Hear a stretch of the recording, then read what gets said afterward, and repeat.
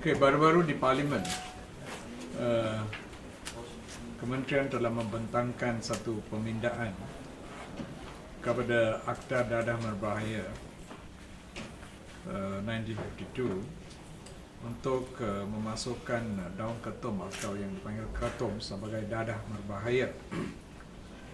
Dan pembentangan ini telah menerima satu perbahasan yang aktif dan sehat daripada kalangan ahli-ahli Parlimen. Dan tujuan kerajaan membentangkan pindaan ini ialah untuk mengawal salah kegunaan daun ketum dan jusnya secara luas yang berlaku khususnya di negeri-negeri utara Semenanjung. Dan ini yang menggunakan ini ialah generasi muda, termasuk murid-murid sekolah. Dan perkara ini telah menerima pandangan daripada ahli-ahli Parlimen sebelum itu. Daripada beberapa tahun lalu, di semasa soal jawab di dalam Parlimen, banyak soalan yang telah dibangkit tentang apakah usaha yang telah dibuat oleh kerajaan untuk mengawal. Dan pemadam pun telah mengambil kira perkara ini. Dan perkara ini telah dibincang di Kementerian Dalam Negeri secara luas. Dan sebenarnya keputusan dibuat di Kementerian Dalam Negeri supaya satu langkah mesti diambil untuk menyekat dan mengawal kegunaan ini seberapa boleh yang boleh. Dan lepas bincang, kuasa itu diberi kerana satu keputusan dibuat supaya selepas bincang secara luas, keputusan dibuat supaya ianya masuk di dalam Akta Dadah Berbahaya. Dan Akta Dadah Berbahaya dikawal sendiri oleh Kementerian Kesihatan. Dan untuk masuk itu di dalam senarai itu, kita cuma membuat cadangan supaya dimasuk di dalam senarai sebagai all the other dangerous drugs. Dan tapi di dalam perbahasan banyak pandangan telah dikemukakan. Salah satu daripadanya ialah pokok ini tumbuh secara luas di dalam kawasan tanpa dikawal, secara sendiri, secara liar. Oleh itu ini menjadikan satu isu yang telah dibangkit oleh ahli-ahli Parlimen. Nombor dua ialah ada kegunaan tradisi untuk ubat itu. Get a chair for Dr. Jeff. Secara tradisi ubat ini, daun ini digunakan di dalam kawasan luar bandar untuk pelbagai jenis tujuan, untuk kasih kekuatan, kasih kesegaran dan sebagainya. Dan pandangan tiga yang dikemukakan ialah ianya mungkin mempunyai kesan ubat tradisi, traditional medicine, untuk kurangkan sakit dan sebagainya. Dan selepas lihat dan dengar kepada semua perbincangan yang telah dibuat, walaupun bacaan kedua telah ditangguhkan untuk sesi Parlimen yang akan datang, saya telah bincang dengan Menteri Dalam Negeri pada pagi ini. Dan kita bersama telah memutuskan kita akan ada perbincangan di antara kedua-dua kementerian. Tujuan kita untuk mengawal salah gunaan, penyalahgunaan itu memang tepat. Dan kita tetap di dalam pendirian itu. Tapi di dalam melaksanakan ini, kita akan mengambil kira pandangan-pandangan yang dikeluarkan oleh ahli-ahli Parlimen. So, kita akan cari kaedah yang paling baik untuk membuat ini.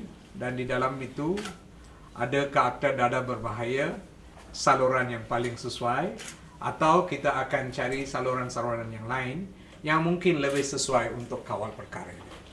So, saya dan Dato' Sri Zahid Hamidi, kita akan mempengerusikan satu mesyuarat di mana kita akan panggil semua orang termasuk pemadam dan sebagainya, dan lihat macam mana dengan mengambil pandangan-pandangan yang diberi di dalam Parlimen, kita boleh cari jalan yang paling sesuai supaya perkara penyalahgunaan ini boleh dikawal.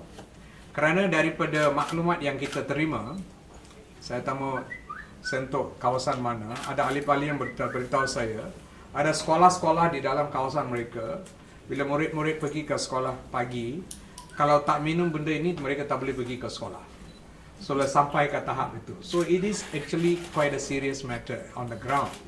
Dan bila digunakan secara berterusan, then you boleh mendapat ketagihan kepada itu, addiction. Dan bila mendapat ketagihan, then when you don't take it, then you have withdrawal symptoms. Macam drugs yang lain, macam heroin atau morphine ke apa, you akan dapat withdrawal symptoms. So kerana perkara-perkara ini, we cannot run away from the fact that it's a drug. Tetapi kerana ada persepsi that kalau, contohnya ada satu ahli parlimen di dalam perbahasan dia beritahu, semasa saya membawa kereta, I'll just take a little bit of ketum, it keeps me awake. So bila mereka mempunyai pandangan macam ini, so we have to take that view into consideration kerana ini ialah this is a traditional usage. So kita kena buat, we have to draw a line somewhere. What are we going to tolerate? What are we not going to tolerate? So this is not a simple issue, but we will try to handle it to the best possible way. Our intention is very clear. We want to control the abuse of the usage. For example, Thailand has outlawed some species of ketum for many years. So I'm told people grow in the north of Kedah and Perlis, and they actually export it to Thailand. And so it's a business. So there was this social consideration, this economic consideration, so many things. But we are deeply concerned on the abuse. We are deeply concerned how it's affecting children and students in those areas.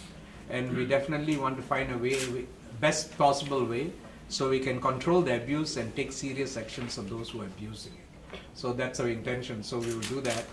And after our discussion, we'll see and what best possible pathway we can do to actually overcome this problem. Okay? Ada apa-apa soalan? Secepat mungkin. Maybe, I mean, we won't be managing it in this parliament session. So we still have until the next parliament session to manage it. So in between we will have this discussion.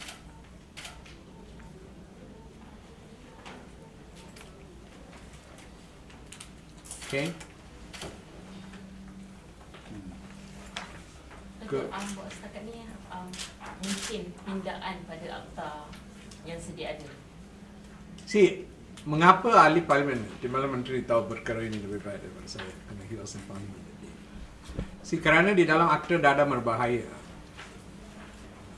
dia punya hukuman ini, there are hukuman we actually ke penjara sepanjang umur dengan sebatan 6 kali rotan dan sebagainya.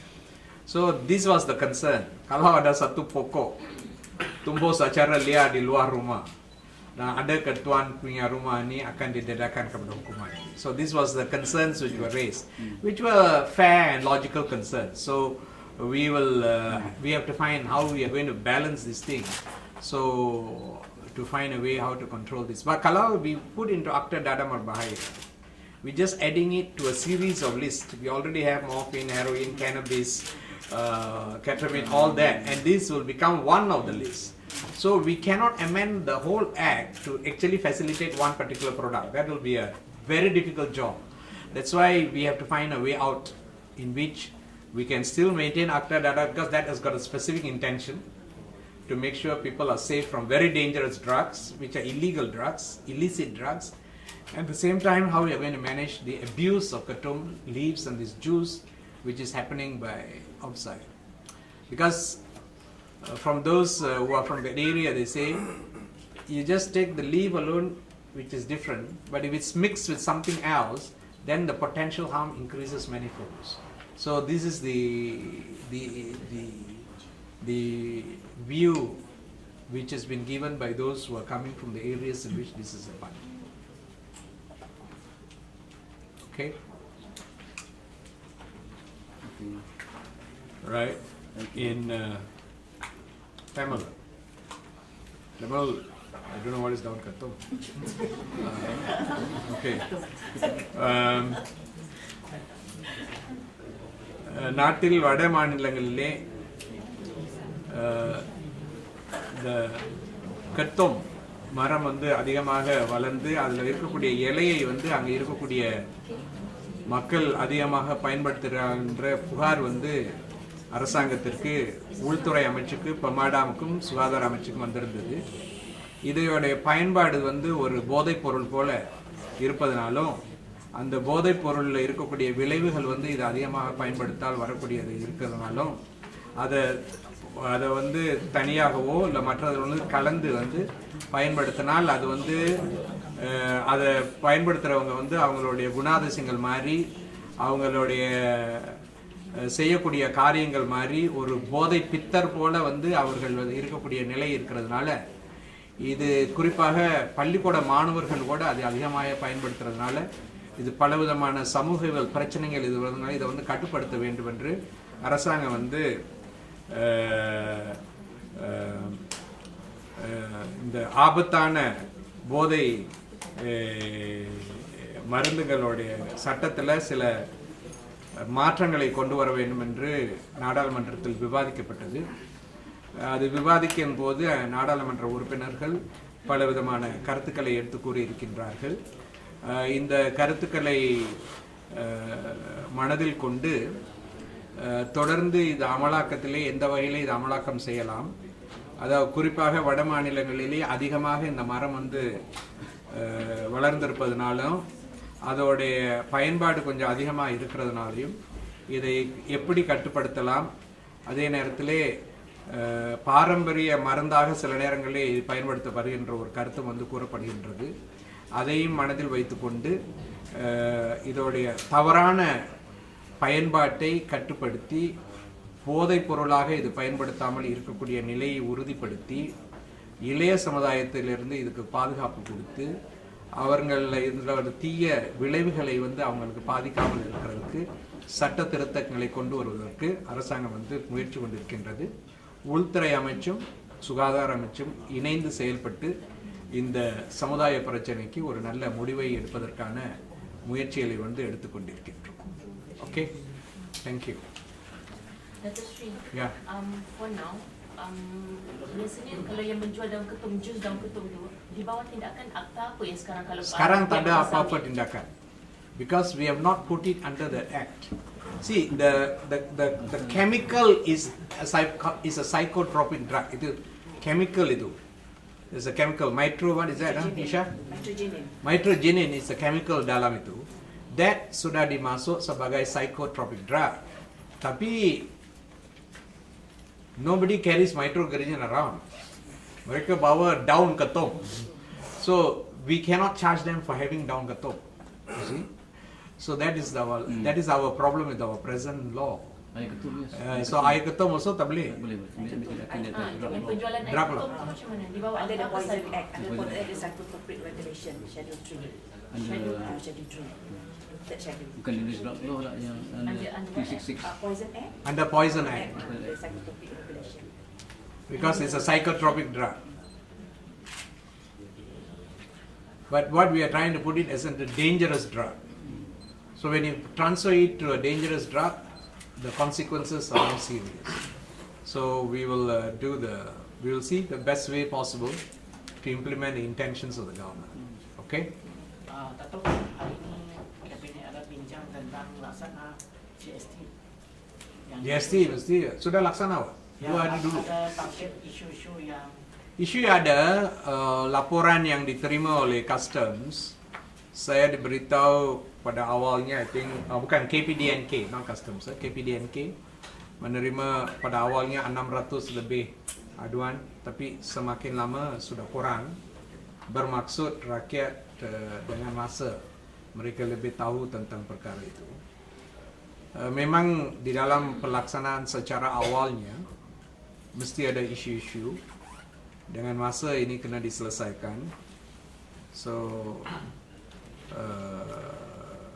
tapi kerajaan sedang secara berapa banyak yang boleh untuk memberi pandangan dan pengetahuan yang mencukupi kepada rakyat supaya mereka tahu sebenarnya tentang apa yang GST, mana yang dikenakan, mana yang tidak dikenakan, dan apa yang hak mereka dan sebagainya. Tentang kesihatan ada apa?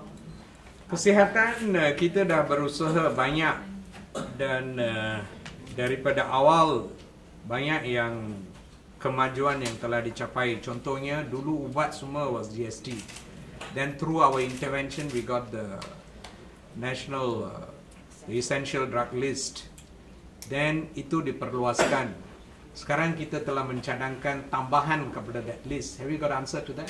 Is to do with that meeting. So, customer kata tunggu the first list settle down dulu. So itu kita dah minta supaya diperluaskan kepada ubat-ubat yang lain. So saya dah bawa itu ke Kementerian Kewangan, ke Perdana Menteri supaya we want to extend it beyond the essential drug list. So I hope customs will look at that favorably. Kalau itu kita boleh capai, then there will be a broader spectrum of ubat yang digunakan for treatment will all be zero rated. That is one. Dulu peralatan was not exempted. Now nearly 120. How many? Yeah, you have the list. 124 to 130 jenis peralatan yang paling banyak digunakan di dalam sistem is actually zero rated. So which means most of the equipments which are generally in clinics and hospitals will be zero rated. Consultation fee for health is exempted. So a lot of areas is actually quite clear.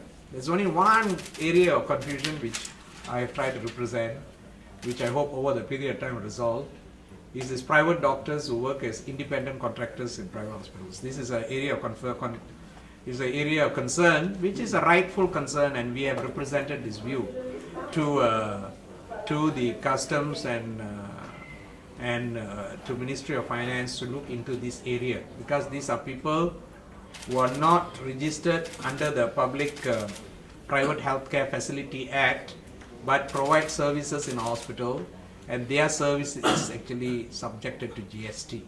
So this creates some issues in private hospitals, because then there are three categories of doctors. One is employed doctors, one is doctors who actually registered to the private healthcare facility, and one who are not employed, not registered, but practicing in the hospital.